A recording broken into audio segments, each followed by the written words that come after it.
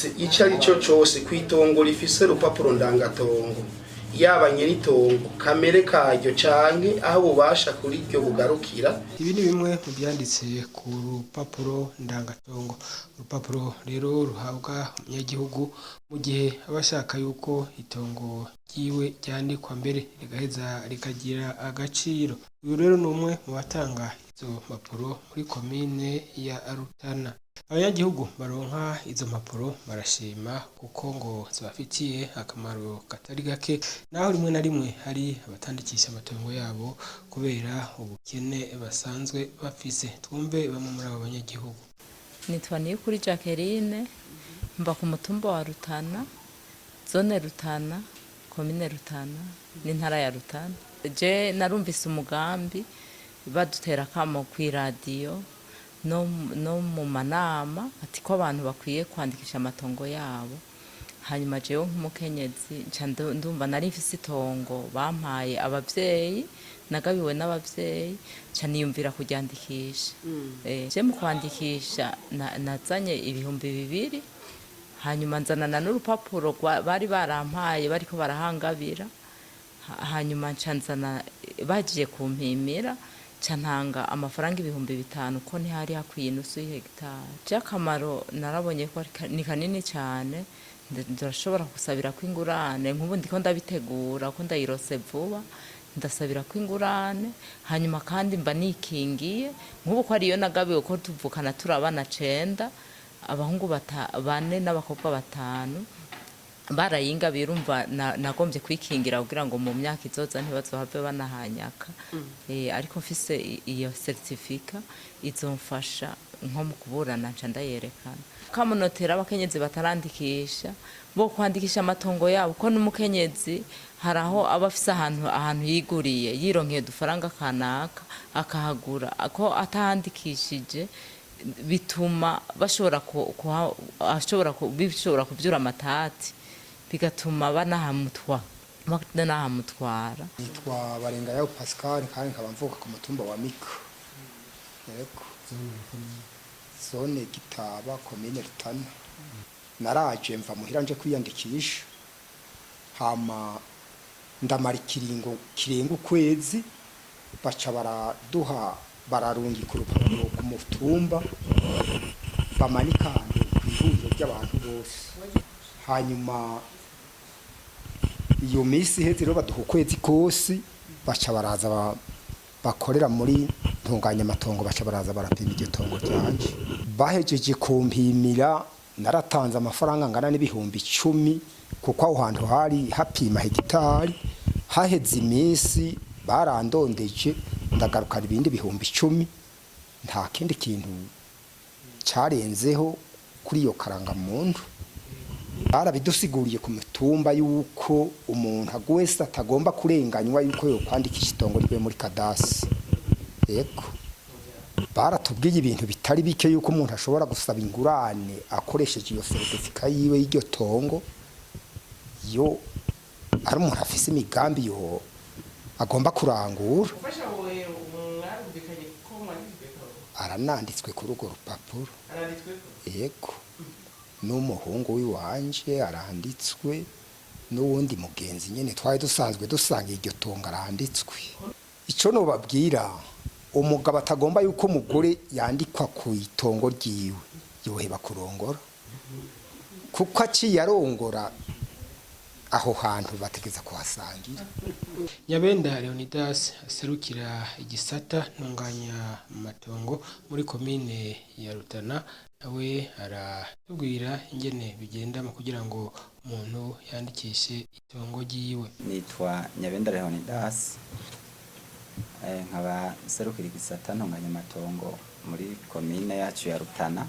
Igisata cacu aha muri komine yacu usanzwe abenegihugu barigishijwe, abasanzwe batwara ikomine baradufashije, barabibigisha, baratinda barabitahura.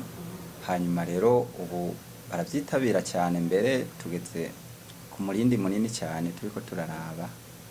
Haraho mbere duhora twiyumvira tuti noneho tuzohava turengerwa, birasaba ko tuzohava hagera igihe tuzohava dusaba n'abajadapwi kugira ngo baze baradusahiriza ku mvo z'umurindi tubona bene gihugu bafise.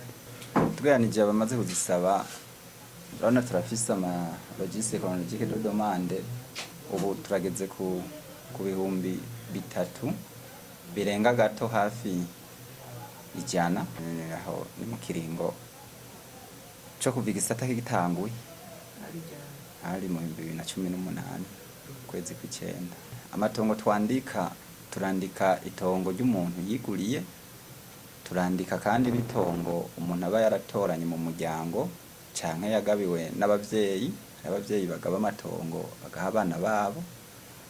Turandika kandi n'itongo umuntu aba yarasavye leta, kera ngo barasaba amatongo, hariho ibiringo vyari bitegekanijwe abatwari bashobora guha itongo umuntu arisavye bivanye n'imigambi agomba kurikoreramwo. Rero bene abo ico kiringo turavye tugasanga birahuye n'amategeko, turashobora kurimwandikira iryo tongo ryiwe. Kuvuga rero mu ncamake twandika itongo ry'umuheto n'itongo ry'umuryango. Umuntu aba yarasavye leta, kubera hariho imyaka yari itegekanijwe ko umuntu ashobora gusaba komine canke buramatari akemererwa. Hariho n'ibiringo umuntu ashobora kuba yarasavye byararenganye, umusitanteri ububasha bwo gutanga itongo barabumukuyeko, ugasanga rero nyene yaciye gusaba kumbure ngo yashobora gushika ko yari muhaye barabagenzi gutyo. Rero dusanze ico kiringo bitari bihuye n'amategeko, niho duca tuvuga tuti iryo rero ni twende dushobora kuryandika kugira ngo tukuhe urupapuro ndangatongo, ahubwo wari kudufasha ku neza ya bose kugira ngo iryo tongo urigarukane muri komine nyimba bari baraguhaye nta ngorane. Mugabo kandi kubera bitari bihuye n'amategeko, cyo tumusaba ko ahubwo ivyo ahakorera yobanza akabangira gato. Bwa mbere hoho umuntu agiye kwandikisha turamusaba ibiranga ingene yaharose. Mugihe haraho yaguze turamusaba impapuro zerekana ubuguzi zigurizo, hanyuma tukabona kuryandika. Mugabo naho nyene turyanditse ivyo ntibihagije kugira ngo tumenye ko iryo tonga ari ryo gowe bwiye gucanke ko atamatati rifise. Turafise komite ku mutumba isanzwe ijejwe kugenzura ivy'amatongo ku mutumba. Iyo komite igizwe n'abantu 7, umutumba wose bariko. Kuvuga rero duhejeye kwandika harabaho afishaje ija ku mutumba imara imisi 30 hariya ku mutumba kugira ngo ya komite nayo idufashe amatohoza.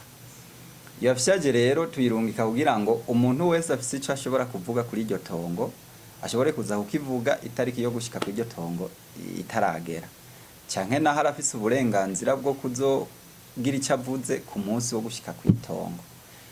Aho rero tumaze kurungika afishaje ikahamara imisi 30 ata muntu aravuga, tugashika ku itongo tugapima tukariheza, ata uvuze tuca tuza ha mu biro, naho nyene turarindira turagira indi afishaje ikorotira enquête imara indi misi 30 nyene, turindiye ko hari umuntu yoza kugira icyo avuze kuri iryo tongo. Ashobora kuvuga ati je sinari hafi, nta nivyo namenye. Ni kuvuga rero imisi 60 ikwiye cya dutangura kubona ati ibyo ari byo byose uyu muntu itongo ni gwiwe, hama rero tukamukorera urupapuro rwiwe gutyo rero agashobora kurutwara. Mbo akamuntu afise ngaha mu bintu bakita busole akatugakoresha mu gupima amadogre urashinga ijaro imbere yawe ugaca ugashira ku jisho, ugashize ku jisho ngaha hariko ibiharuro by'amadogre, uca usomye ibiharuro yayo ugaca wandika. Aha ukadugakoresha mu ntumbero yo twacapa ducapisha iminwe. Ucupata tora raporo system mu biri tora raporote ugatora ya angere batora ucuzura roriya ku mahangere ugatera ugatora mi igicapo. Akanaka bakita GPS. Aka GPS tugakoresha mu kureva amakordone geographique kugira dutore akarere itongo ririmwo ibiharuro byaho. Aka rero tugenda turafata point andushitse turafata point tukamarka, hanyuma duhejeje kumarika tuca tuza mu biro tugashirako câble yayo dushira mu mashini ya mapo yose tuzumye tuca tubona ayo twakoze uwo munsi tuca tuyabona mu mashini tugacapa. Ubu rero burashobora gukorana ari bubiri kuko igihe dukoresheje busohorere biraho nyene akatura gakenera kuri po ya mbere kumarika aho twahereye kugira ngo umuntu wese azoza itongo amenye aho ryaherewe. Nimba hari uwundi azoza mu bakozi bazodusubira canke uwundi avuye ahandi azanyaka ashobora kumenya ati karamworiya ntakamenya itongo aho riherereye.